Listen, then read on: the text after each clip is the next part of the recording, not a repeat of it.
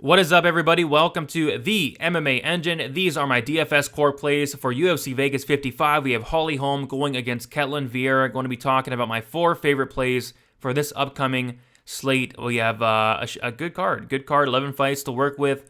Before we get started and get into these, if you guys can please leave a like on the video, subscribe to the MMA Engine. Getting really close to 1,000 subs. If we could hit that in the near future, that'd be awesome. Thank you guys so much for all the support.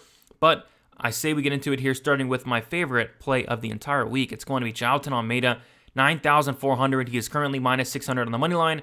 What I was kind of worried about was DraftKings going out there and pricing him like 9,600, 9,500, but no, they priced him 9,400, which is, priced accordingly.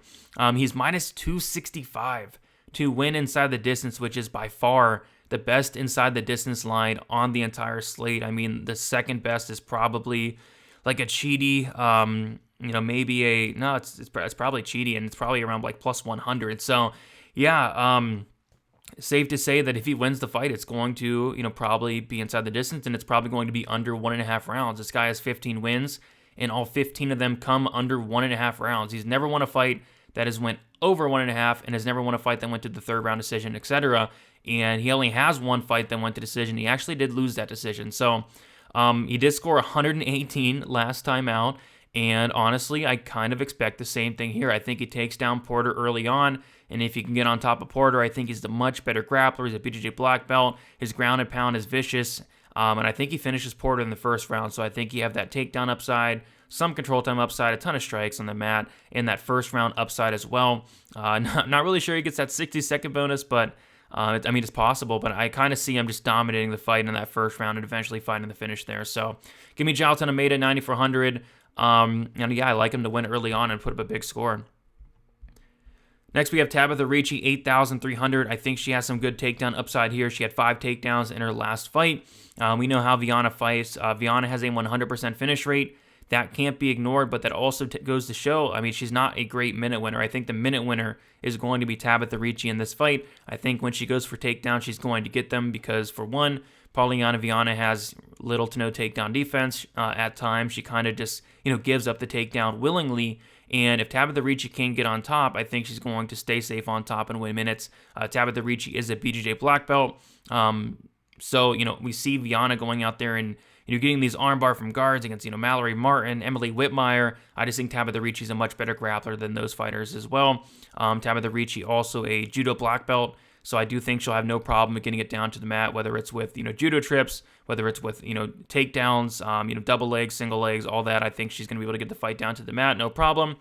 And outside of an armbar from guard, I think she wins the decision here, and, I would not completely count out a finish on the Richie side as well. Richie, like I said, BJJ black belt. On top of that, we did see Polyana Vieira get submitted in the very first round against Veronica Macedo. So I like Richie here. Outside of an armbar from guard, I think she does put up a big score.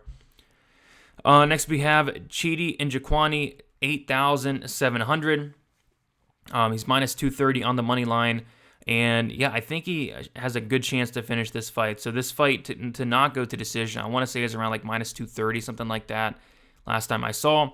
And then Dusko, just very, very, very hittable. Dusko, his hands are low, his chin's up in the air, he's relying on his head movement, and that's just not something you want to do against Chidi here, who hits very hard. And then on top of that, Chidi's going to have a 6-inch reach advantage as well. Chidi is also a BJJ black belt. Both guys are.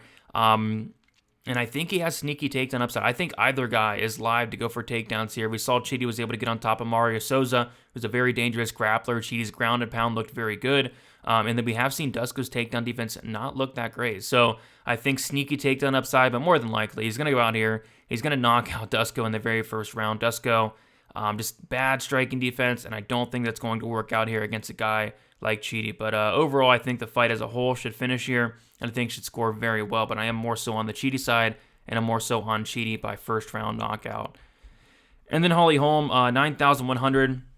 More of a cash game play here for me, but I think she's fine in tournaments, especially if she comes back and looks like she did against Irene Aldana, where she scored 132 in her last fight. But yeah, I like Holm here. She has 5 rounds to work with. She's going to have the striking advantage. Most importantly, she's going to have the cardio advantage in the fight as a whole. I think early on, maybe Ketlen can get her down, maybe have a little bit of success early, but as the fight goes on, I just don't see Ketlen being able to keep up on the feet especially.